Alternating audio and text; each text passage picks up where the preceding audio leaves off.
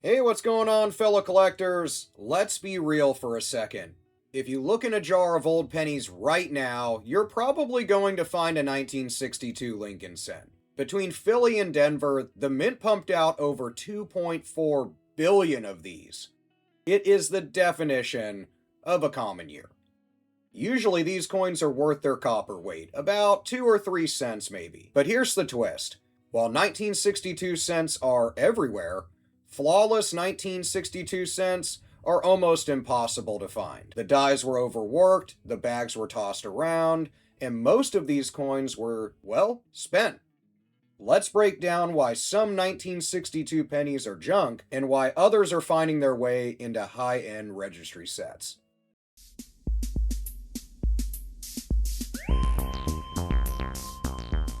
Let's start with Philadelphia. With a mintage of just over 609 million, this is actually the lower mintage of the two business strikes for the year. Finding a 1962 Philly penny is pretty easy. Finding one with blazing red luster and almost zero contact marks, it's a different story. Take a look at this sale from November of 2023. This is a 1962 MS67 Plus red graded by PCGS. Now, MS67 is already high, but the little plus sign, that's a moneymaker. It means the coin has exceptional eye appeal for that grade, sitting right on the doorstep of MS68. This specific coin sold for $1,680. At the time of this sale, PCGS had only graded about 36 of these at the same grade, with only one single coin graded higher. When you're fighting for the top population spots in any registry, you gotta pay up. Now let's move to Denver. If you thought the Philly mintage was high, Denver laughed at that. They struck nearly 1.8 billion pennies at Denver that year. Statistically, finding a gem in a batch of 1.8 billion shouldn't be hard, right? Wrong. Because of that mass production, quality control often took a backseat. Coins were banged up in the hoppers and bags before they even left the mint and went into general circulation. That's what makes this next coin really impressive.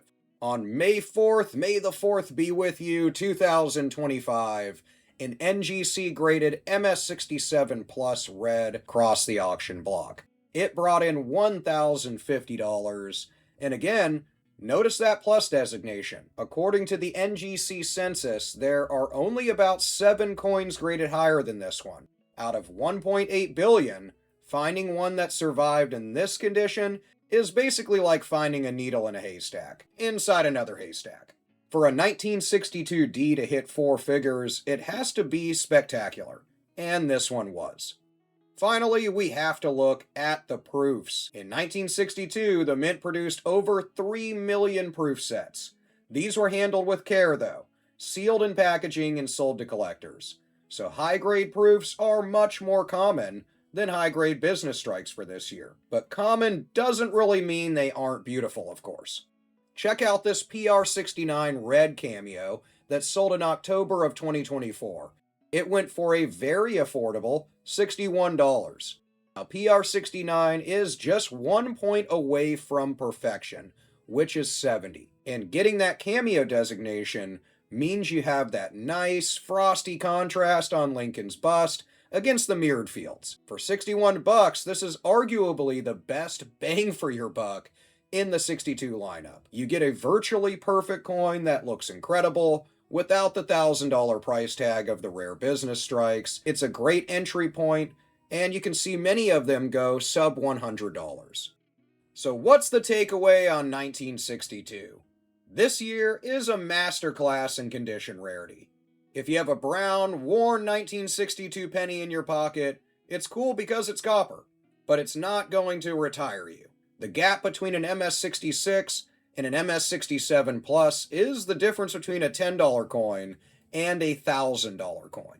If you are hunting rolls, you are looking for pristine surfaces, you don't want bag marks on Lincoln's cheek, no scratches on the fields, unless it looks like it was minted yesterday pretty much, it's likely just bullion. But as we saw with the Philly and Denver pair, if you find a truly high condition survivor, the market is absolutely there for it.